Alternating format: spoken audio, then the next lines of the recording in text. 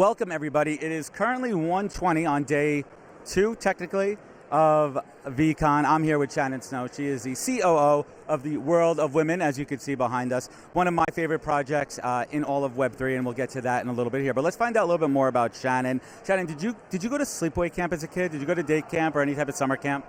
I wanted to go to sleepaway camp. Thank you for asking me. I've been waiting to air this. I always wanted to go to camp. I have an older brother who's 9 years older, so a lot of space in between.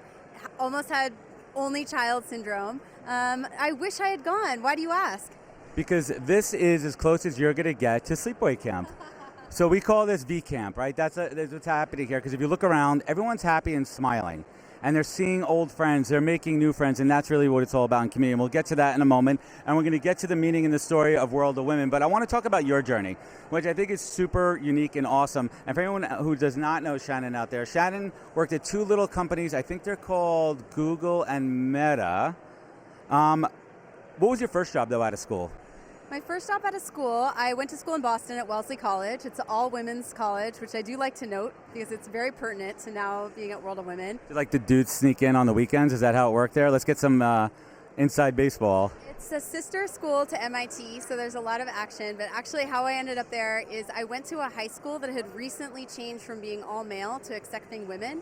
And so after that experience, it was great, but I was like, I just want to be at a place where they want to educate women, and that's how I ended up at Wellesley. So yeah. And we're gonna see this thread continue as we talk about Shannon's journey for a moment here. Google. Let's talk about your time at Google. Was it always on your radar as a place you wanted to work, or was it a dream company, or how did you get into Google? So I was at Stanford. I was doing a master's degree, and I had a lot of friends that were interested in it. Obviously, it was growing. Larry and Sergey were actually spending some time on the grad school campus. Obviously Google was growing, so I definitely had an opportunity to meet Larry like in the early days on the Google campus. But I really loved what they were doing, right? It seemed like a lot of the smart people were going over there. They were scaling and growing. And I kind of had a choice to make after I finished my degree. I studied communications. My goal was to be a journalist and have my career go that way. But one of the jobs I got was writing for Red Herring. It was a tech publication at the time. We would drive all around Silicon Valley and interview entrepreneurs and just learn about what they were building. And I just had this moment where I thought, okay, I could either write about this on the outside and learn about technology, or I could join a tech company and really learn from the inside. So I just chose to join Google and never look back. Do you remember your first day at Google? Were you intimidated? Were you scared? Were you nervous? I ask this question a lot to professional athletes that I have on the show. What was that first moment walking out in the field? And you were out in Cali. Which office? I was out in Cali, Mountain View campus, which was great because it was right across the highway from Stanford. A lot of people would call it like Stanford on steroids. It's kind of a mix. There was the bikes, there was the free food. It was kind of a Stanford mix with Burning Man experience. But I wasn't nervous because I was just so excited. I love the brand so much. I had taken some web design classes in college, and I just loved how simple they kept the design and easy. But I did meet one of my best friends to this day in that line where you check in and you get all of your Google stuff. You get your badge. Right before I took my badge photo.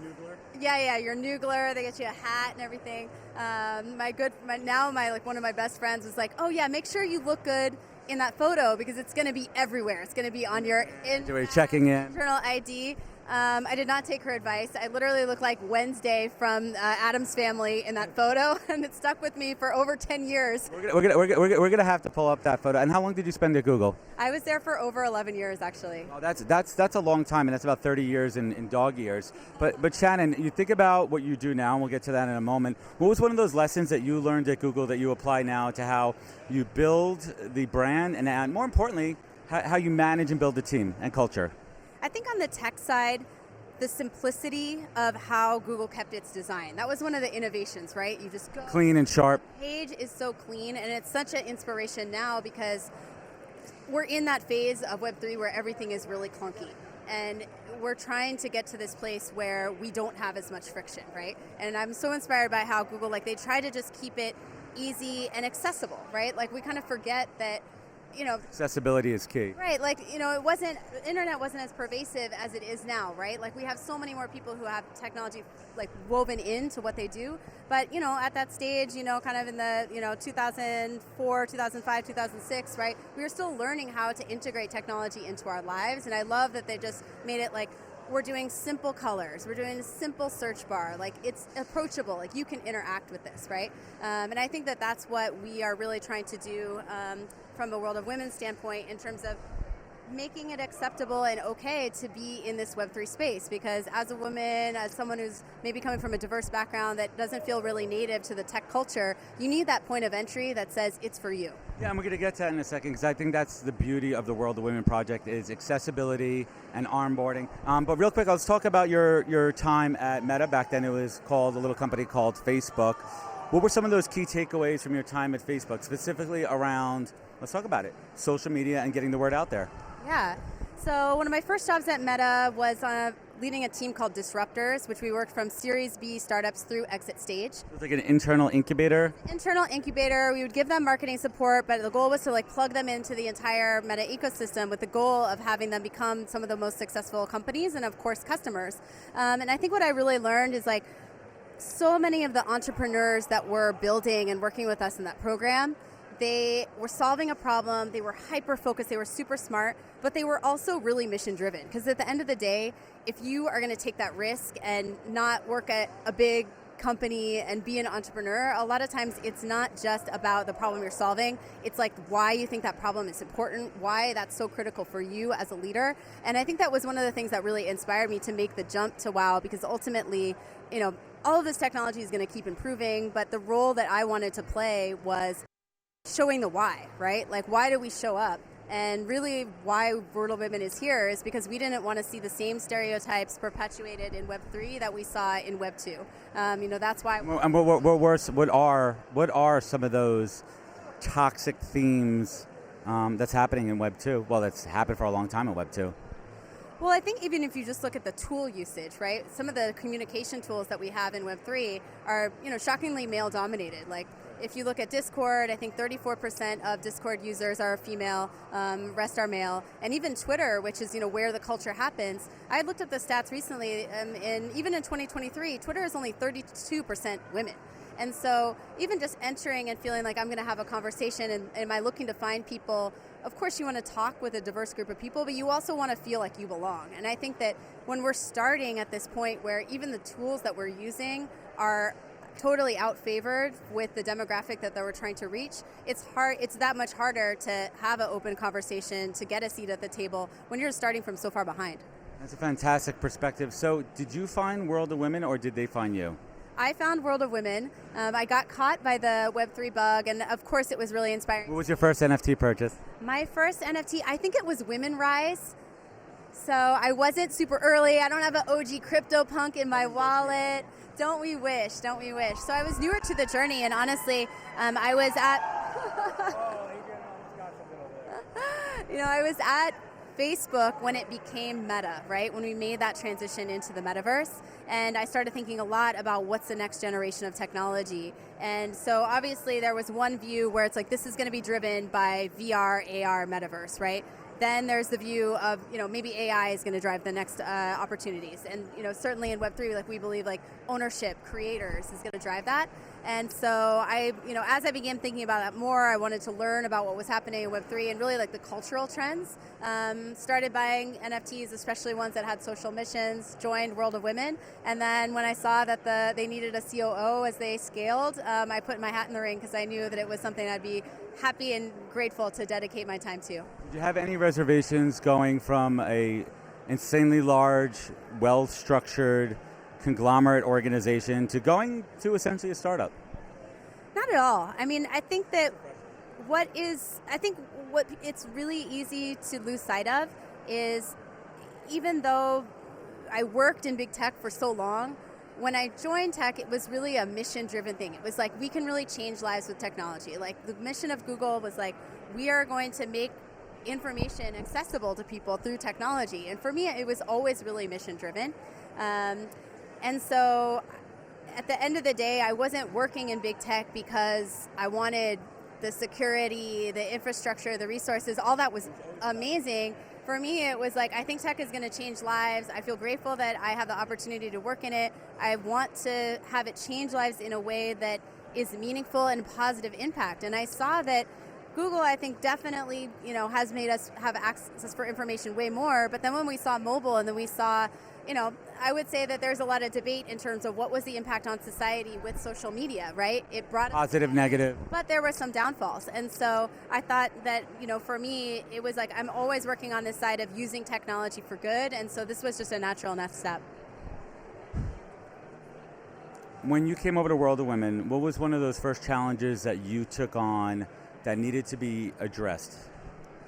The biggest thing was the market moves really quickly, and we're seeing this now with creator royalties go down, right? You have to be very nimble and adaptable to how are you going to pace with these changes and how are you going to bring your community along. So a great example, right when I joined, we really thought that the next business model for World of Women was going to be digital fashion, right? We're a women's brand. We had beautiful derivatives. We still do, right? And I think that is certainly like a portion of what we do and something that's exciting. But when we look at where Metaverse technology is at, we're pretty far from interoperable Metaverse where you can purchase a digital item and bring it wherever you go. So while I see that as something that we certainly are for and we will play a role in when it gets there, that can't be our 100% focus because we need to be able to serve our community, monetize, interact with the community where it's at now versus only building for that future that may be 5 or 10 years away. Composability is definitely certainly a key element of Web3.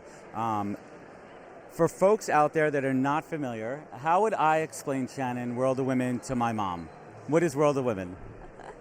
I always say, and no offense, Mom, I love you, but I call it how would I explain something to my mom in this space? My mom's always like, what do you do for a living? By trade, I'm a recruiter. That's an easy one. But even try to explain Web3. But let's talk a little bit about the brand. What does it stand for, and what is the mission? I'm sure she's Rosie. So Rosie Posey. World of Women is a community that believes, like you do, that women deserve a place on the table. How you access this community is you pick out an avatar. We have 10,000 diverse women of the WOW collection and even more in WOW Galaxy. You choose an avatar that resonates with you, you're able to purchase it, and it unlocks both the community and different experiences. We had a Madonna concert that your NFT unlocked a ticket to. We had a Purple Carpet Gala where we gave awards and celebrated people that were innovating in all different disciplines that we share. And it's a way for you to access whether it's in-person events, concerts, communication channels like Discord, and over time you will be able to actually take that avatar and if you want, build a business around it. Eva Longoria took her WOW. She created products with it because she owns the IP, and those products sold and she was able to raise money for a charity that she was passionate about. So if you want to do that, you can. If you don't, you can enjoy beautiful art with your community. Right, it opens up a lot of doors. So for me, big thing about my web journey and why I love supporting projects like the Tuttle Tribe and World of Women is for my daughter. And experiencing and bringing, she's turning 11, and this is how I onboard her. She just created her first wallet with Miss O'Cool Girls, another fantastic project. They're a fantastic project out there. Talk to us a little bit about onboarding the younger generation and how World of Women is taking that initiative to heart and moving it forward. We feel very passionate that if we don't onboard, we're not going to be able to expand, we're not going to be able to fulfill our mission. So this is one of the core things that we're doing at WOW. We have a program called Let's Mint that teaches women and girls how to learn about NFTs, navigate the space, as well as mint their first NFT. And part of our goal with that is you start out really often learning art in school. I think all of us remember being young, learning how to create art. And what's so cool is as a natural extension, now you can create art in a digital way. And maybe that leads to, actually creating your first NFT, maybe getting interested in technology. So we want art to be a gateway into that learning and empowerment. Because ultimately these things through some of the UI issues that make Web3 hard to access. But ultimately, if you know about the technology and you feel comfortable with it, maybe you can get a job in Web3. Maybe you can get a job in tech. Maybe you can expand your career opportunities. So we are scaling the Let's Mint program, which helps those women and girls on board. We've done some great activations, including with Ledger. We did a quest that allowed you to learn all about Web3 security. You answered an extremely detailed 30-point quiz, and then those that were selected actually got a World of Women branded ledger so that you can hold and keep your crypto safe. What do you think the biggest hurdle right now is, aside from the value, well, I should say the cost of ETH, the value of gas fees, but what's the biggest hurdle right now as far as onboarding the masses, the next wave into it? How do we get through like this bad PR rap out there? How are we going to combat this, Shannon? Well, we've really lost a lot of trust. I mean, I think that when we saw so many coins collapse, exposing a lot of bad behavior, and certainly FTX. I mean, when I talk to my family about how it's going, they're like, FTX, like, are you okay, right? Like, we are not creating exactly. Some of the major moments that this industry have not built trust. And so we really need to build back from that. I think what is going to have a huge move on that are programs like the Starbucks Odyssey program, where they're taking a use case, coffee loyalty, and then on the back end, completely, behind what the user sees, creating blockchain rewards that you can actually own and giving like a tangible example of what you can do when you really own rewards that you have. And so I think as we see more brands figuring out how to make it simple as well as ownable for the average consumer, then I think that we'll be able to build back some of the trust that the industry lost. I don't think people necessarily need to know how the sausage is made, right? My mom, Rosie Posey, doesn't need to see how the sausage is made. She just wants to make sure that she's getting her coffee rewards. Shannon, I deeply respect you and your journey and the brand you're building here. What advice would you give to my 11-year-old daughter as she grows up and matures and eventually gets into the workforce to remain confident, strong, and be a powerful woman? That's such a great question. I just got emotional thinking about you coaching your daughter that way. I love it. I think the secret that I learned when I was at Google that really helped me be confident is, even for an amazing company like Google that now we all know, that thing was built by kids that did not know what they were doing, that were making it up as they were going along. And I think a lot of times girls are told or somehow learn, not to be confident, that they need to look to someone else. And really the secret is no one knows the answer, but if you are passionate and are smart and you try, you will figure it out. And so I would say for her, if she is passionate about something and she's persistent, don't worry that someone else knows more than you. Like, we all have things to learn, and if you keep that learner mindset, like, you will be unstoppable. Shannon, I'm a tremendous fan of the brand, everything they're building here. Shout out to your incredible team, the artists. What do we have happening right here? Chris, you want to pan on that for a second? What do we got? Actually, hello. We wanted to feature, can you tell us a little bit about it? Yeah, so I think for your community lead, this is her World of Women, and so my name is Roxo. I'm an artist from Miami, Florida. I'm a muralist, and 305. Part of what I got into the Web3 space, my wife, she gave me the cosign to do this art full-time. Fast forward a year, 2021, during Art Basel, now I'm here, standing in front of you. This is beautiful, Sick. I mean, Kashfi's wow is beautiful. She's such an icon in our community. I also live in the 305, so what up? We should do a mural like this in Miami with wows. Absolutely. Yeah, I would love it too. Inspire all the girls there to be like Kashfi and join the community. And again, what we're seeing here too is collaboration and inspiration here. This is going to turn into hopefully a digital piece of Shannon. Let's bring it home here. And this show for me is my masterclass, and I learned on the way having the ability to build relationships with incredible folks like yourself, awesome brands. Shannon, what is the single greatest piece of advice that you've ever received that you take action on every day? That could be a mantra when you wake up in the morning, something you run through your head that keeps you focused, eye on the prize, and really your beacon. Okay, the true one, and I will get emotional. Please, that's what we do here, right? These are real conversations, and I appreciate that. And vulnerability, I love having conversations because this is real. Like, we're chatting, we're getting to know each other through the podcast. And vulnerability is key, and I think that's something that is a theme with Gary Vee, is that it's okay to be vulnerable and share how you feel. What I'm also doing is giving you a minute to think about your full answer. No, I know my answer right off the bat, but it does get me every time. So my mom passed in 2019. The last thing that she really said that she had to get out before she went was, don't forget compassion. And I feel that all the time, right? If you're compassionate in business, if you're compassionate with yourself, things work out. And so that's the message I would give to you. Thank you so much. And I'm happy and sorry for making you emotional. I'm happy that you're sharing something so close to your heart, and I know your mom is really proud of you. And you're setting an amazing example for all the young ladies, the middle ladies, the old ladies, young girls, and everyone out there. Where could folks connect with you? Where could they learn more about World of Women? Yeah, so worldofwomen.art is our website, and check us out, World of Women at Instagram. And there you have it, folks. We are, take a deep breath. That was a great one. And we're going to air this one on both of our shows, the Web3 show, The Immutable Mindset, and this will certainly be a proper podcast episode for everyone out there. Please connect with Shannon. Please check out World of Women. Spread the good word. Thank you. Thank you, Shannon.